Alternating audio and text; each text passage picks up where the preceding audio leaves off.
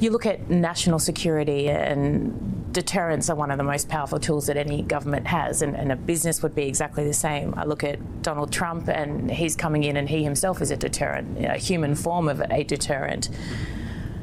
Why did you switch into Camp Trump, and do you understand the impact of that? Because a lot of people have said that you gave them permission to then do the same. Mm-hmm. So my history here is, if you look at my political giving history, it's been largely to Democrats. That wasn't I've always been a centrist. It sort of happened by accident. I'm in New York, XYZ politician comes to visit, I'm happy to hear what they have to say. And if I meet people I like, I've supported them over time. I've not been a major donor. I never loved the idea of money in politics, so I've been, a pretty small participant. But I actually voted for Trump in 2016. And then I felt the country got just way too divisive. It was a bit of a, not the ideal experience. And I think part of that was Trump as an experienced leader. Part of that was he came under attack,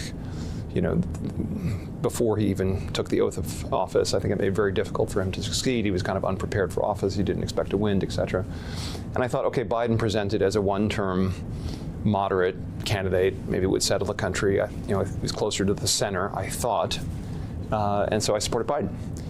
And then I thought the Biden administration was basically a complete and total disaster, and everything from, of course, national security, the way he managed the, pre the Ukraine war, his rhetoric around Putin and the invasion, I think actually was a catalyst for the invasion. I thought, while he was supportive of Israel, he was, the evidence has come out. In fact, Anthony Blinken has said that the reason why they had trouble with the hostage negotiations is because Hamas read the United States being wavering, and ultimately that led to people being kept hostage and otherwise. So I thought that was, I think foreign policy was entirely mismanaged. The border was disastrously mismanaged. I felt the progressive left had taken over the party. I think issues of everything from gender identity and teaching fluidity of gender to kids in school, these kinds of things, I thought were just sort of off the reservation and disaster for the country. So I was open to an alternative candidate. And what I tried to accomplish was try to advance some other potential sort of options. Trump sort of cleared the field on the Republican side, and the Democratic Party cleared the field on the Biden side. And I had the opportunity to have dinner with Trump, basically in a group of 4. This is Doug Burgum and his wife, and the president, and his campaign advisor. And I had a few hours with him. Yeah. Got a sense of his humanity in a way. And I just thought the policies, and I thought he would just be a much better president. I thought the world needed what the world responded to, the chaos in the world came from the lack of strong leadership in the United States. And I thought he'd be a strong leader. I thought he would be much better the second time around. I thought he would surround himself, recruit a better team. And that's precisely what I think has happened. And so I'm super enthusiastic about him. And also the other thing that happened to me was really getting back to your question about media. I thought, certain things about Trump that had been basically indoctrinated into me by the media that were false. The most famous example, of course, is there were good people on both sides, that he was supporting, the Nazis or the white nationalists. And you had people, and I'm not talking about the neo-Nazis and the white nationalists, because they should be condemned totally. When I actually got to watch the entire segment as opposed to the excerpt on Twitter, that was kind of this major wake-up call for me about him and various issues that had come up and the hoaxes, the Trump-related hoaxes.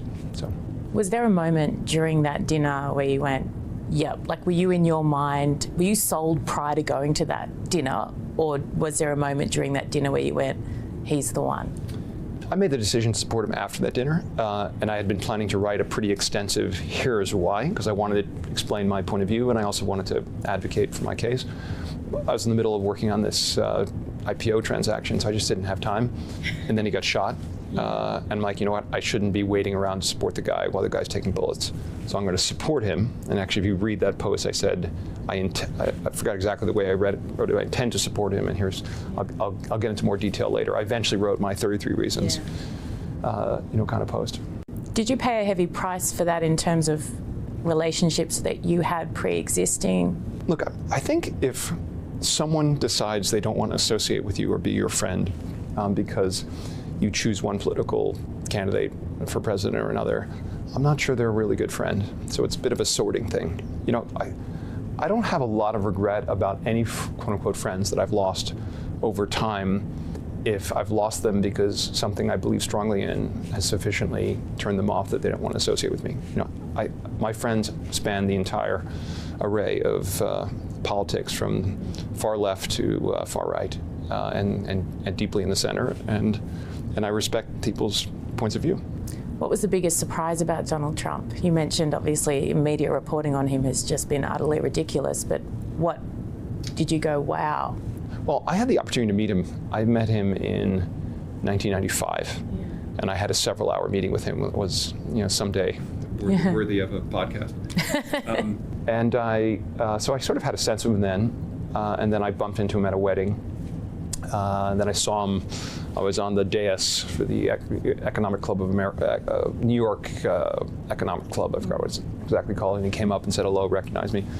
But you know, just he's actually the kind of warmth, charm of the guy. I think is surprising to a lot of people. But I think people who don't, you know, have this very negative perception. But if they actually, you know, have the opportunity to sit down with him, I think they have a different point of view. Do you feel let down by Joe Biden? Because voting for someone is a huge show of faith and an investment in the belief you have in them. Actually, you know, it was a very tough decision for me to vote for Biden. And basically, there was an intervention. I was at my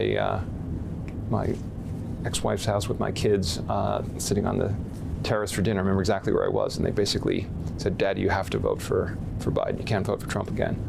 And it did end up influencing my decision. Now, they tried that the next time around, but this time that was not, today, sunshine. It was not successful the next time around. Have you communicated that to him? Do you have a relationship with Biden, a personal relationship? No relationship at all. Do you have any interest in having one? No. I met him once at a dinner, and I had a very negative perception. How come? 7 years ago. I thought it was a very strange dinner. It was a group of about 10 or 12 of us. And he misunderstood either something I said or he was shocked by someone else. And he practically, you know, was like, "You want to take it outside?" And I thought he was joking. Like, "You want to get into a, you know, tough guy. You want to fight." I thought it was either he had cognitive issues or he was just off the reservation. So I had a very kind of negative experience. I kind of wrote it off when I guess, ultimately voted for him. But I feel like and again, I don't want to spend all this time knocking him, is the past, not the future, but his administration ultimately, or his term, in terms of decisions he made over time, including the pardoning of his son after saying otherwise, I don't think he is a truth teller, let's put it that way. Do you trust Donald Trump and his administration to do the right thing, whatever that may be, by Israel and by the Jewish population? Yes. Why? Because of his actions and his words. Do you have any take on the hostage deal? So it's important to get these hostages back. The cost is releasing terrorists. I think the calculation is Israel's done a pretty good job getting rid of terrorists. So I think these are just the ultimate targets, you know, for a future military operation, if necessary. You know, if these terrorists go back to normal lives and they're not terrorists, then they're not a threat. If they're going to be, you know, working to destroy Israel or kill Jewish people, their life expectancy isn't long. And I wouldn't underestimate the Israelis at this point, right? If they can put an explosive device in a pager, maybe they can put a chip in every prisoner they release so they know where they are.